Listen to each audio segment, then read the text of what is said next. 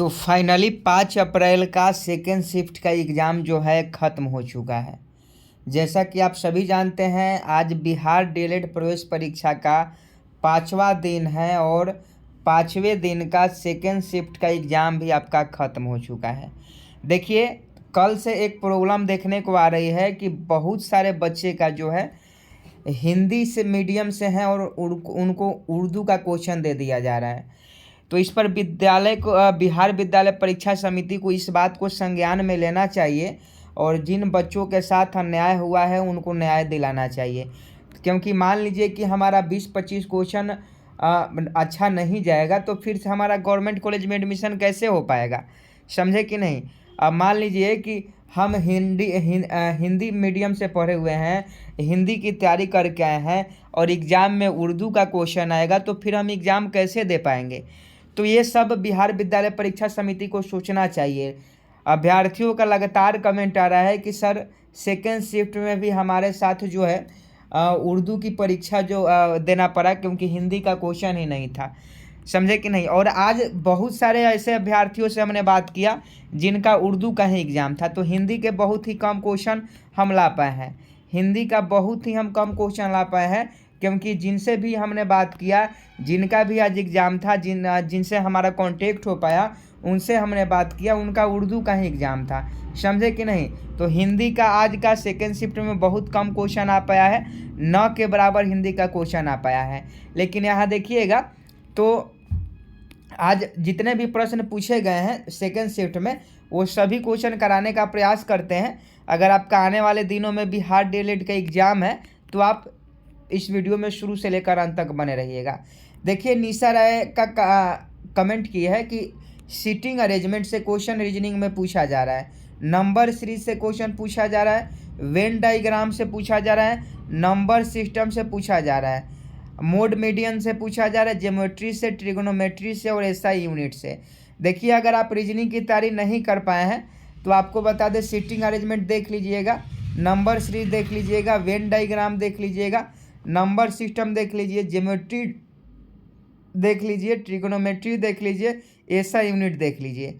ये देख लेते हैं तो मैथ और रीजनिंग में आपकी कुछ जो पकड़ है वो अच्छी हो जाएगी अगर आपका आने वाले दिनों में एग्ज़ाम है तो। साथ में आपको बता दें कि बहुत सारे अभ्यर्थियों का लगातार कमेंट आ रहा है कि हिंदी के जगह पर उर्दू कर दिया है, तो ये बहुत गलत हो रहा है। बच्चों के साथ, अभ्यर्थियों के साथ बहुत गलत हो रहा है। बिहार विद्यालय परीक्षा समिति को तुरंत इस पर संज्ञान लेना चाहिए और इंसाफ करना चाहिए जिनका हिंदी मीडियम के बच्चे हैं जिनसे उर्दू का एग्ज़ाम लिया गया।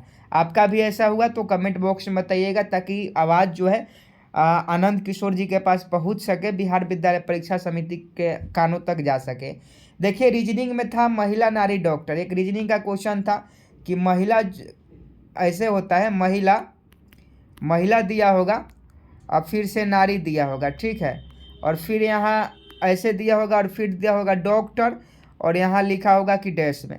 तो ऑप्शन के अनुसार इस प्रश्न का सही जवाब देते हैं। रीजनिंग का क्वेश्चन पूछा गया है।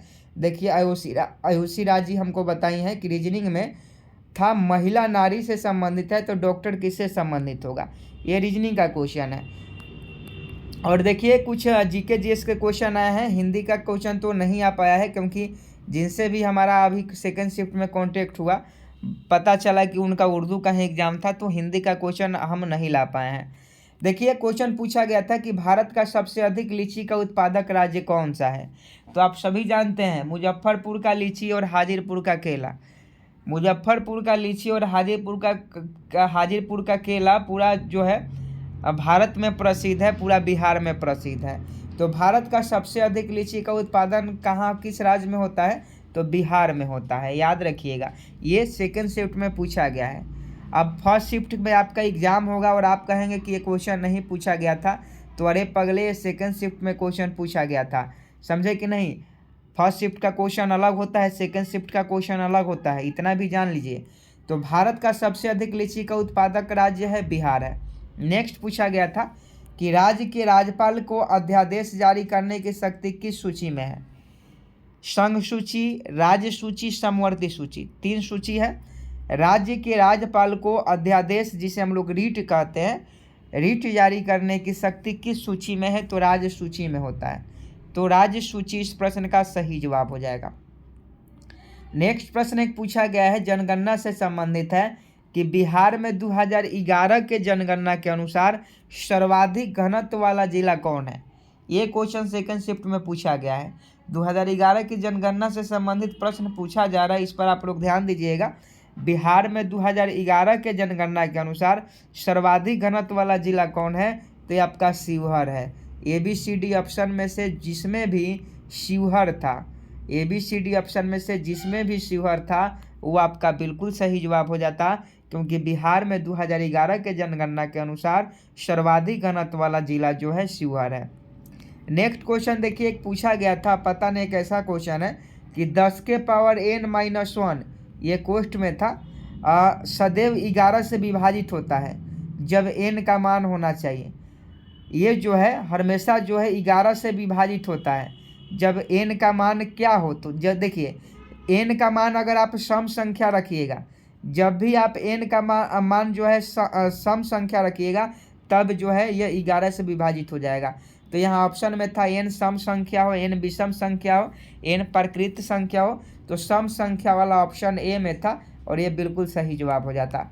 नेक्स्ट क्वेश्चन पूछा गया था, स्टेनलेस स्टील में कौन सा तत्व नहीं पाया जाता है। देखिए हबराई में लिखने की वजह से शुद्ध अशुद्ध पर ध्यान मत दीजिएगा, समझे कि नहीं, केवल क्वेश्चन पर ध्यान दीजिए कि ये क्वेश्चन पूछा गया था और आने वाले शिफ्टों में आपको क्या करना है, किस प्रकार से तैयारी करनी है। स्टेनलेस स्टील में कौन सा तत्व नहीं पाया गया है, जल्दी से बताइए। और एडमिट कार्ड डाउनलोड होने लगा है, जिनका भी एडमिट कार्ड नहीं डाउनलोड हुआ है वो लोग डाउनलोड कर लीजिए, एडमिट कार्ड डाउनलोड हो रहा है। स्टेनलेस स्टील में कौन सा तत्व नहीं पाया जाता है, तो देखिए नहीं पाया जाता है पूछा था, तो ये तो ऑप्शन से क्वेश्चन करते। तो देखिए स्टेनलेस स्टील में आयरन पाया जाता है, क्रोमियम पाया जाता है, निकेल पाया जाता है। तो देखिए आयरन, क्रोमियम, निकेल को छोड़कर बाकी जो भी ऑप्शन में था वो आपका बिल्कुल सही जवाब हो जाता। आयरन, क्रोमियम, निकेल को छोड़कर ये स्टेनलेस में पाया जाता है।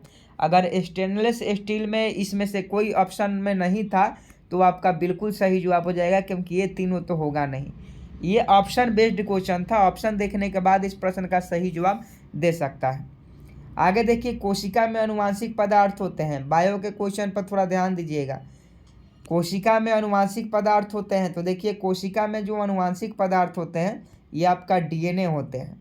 एक क्वेश्चन पूछा गया था, खारे पानी की झील किस राज्य में है, तो जम्मू कश्मीर में है, और डल झील उसका नाम है, डल झील।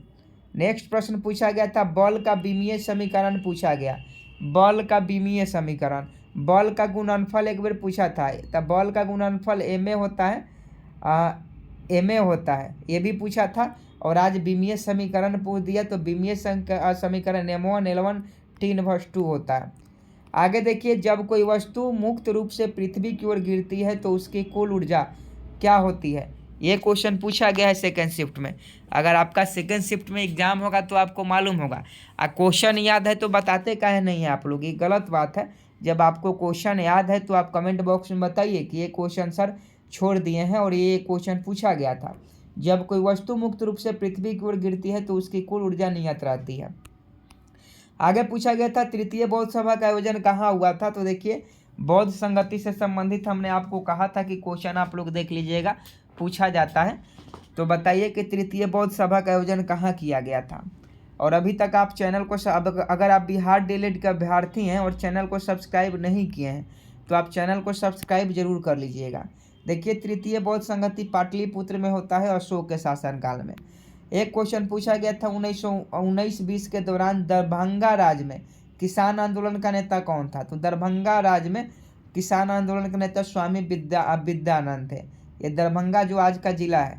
मीराबाई का जन्म स्थान पूछा था, कह नहीं रहे हैं कि हिंदी का बहुत ही कम क्वेश्चन, क्योंकि हमने 5-7 अभ्यर्थियों से कांटेक्ट किया लेकिन उन्होंने बताया कि वो मुस्लिम होंगे या उनका उर्दू आ गया होगा। उन सभी ने बताया कि मेरे में उर्दू था सर, तो उर्दू तो हमको आता नहीं है कि आपको बताएं। मीराबाई का जन्म कब हुआ था, राजस्थान में हुआ था। कहाँ हुआ था पूछा है। मंदार पर्वत बिहार के किस जिले में है, बिहार जीके से संबंधित क्वेश्चन। मंदार पर्वत, तो देखिए भागलपुर वाले जो भी भागलपुर के हैं उनको मालूम होगा मंदार पर्वत जो है भागलपुर में है। अगर भागलपुर में से आप आएँ तो बताइएगा। आगे पूछा गया था रॉकेट किस सिद्धांत पर काम करता है, तो रेखीय संवेग संरक्षण के सिद्धांत पर। रेखीय संवेग संरक्षण के सिद्धांत पर रॉकेट काम करता है। तो इतना ही प्रश्न आ पाया है, और हिंदी का तो इसमें आपको एको को क्वेश्चन देखने को नहीं मिला होगा, समझे कि नहीं, क्योंकि हिंदी के जगह उर्दू आ गया था। और जिनसे भी हमारा कांटेक्ट हुआ या तो वो थे, नहीं तो मुस्लिम थे, जिनका उर्दू फॉर्म भरते समय सेलेक्ट किए थे, समझे कि नहीं। इसलिए हिंदी के एक भी क्वेश्चन सेकंड शिफ्ट में हम नहीं ला पाए। अगर आपको याद हो तो कमेंट बॉक्स में बताइएगा। वीडियो को लाइक करें, शेयर करें, और चैनल को अभी तक सब्सक्राइब नहीं किए हैं तो इतना डिले क्यों कर रहे हैं। चैनल को सब्सक्राइब कर बेल आइकन को प्रेस कीजिए। जय हिंद, जय भारत।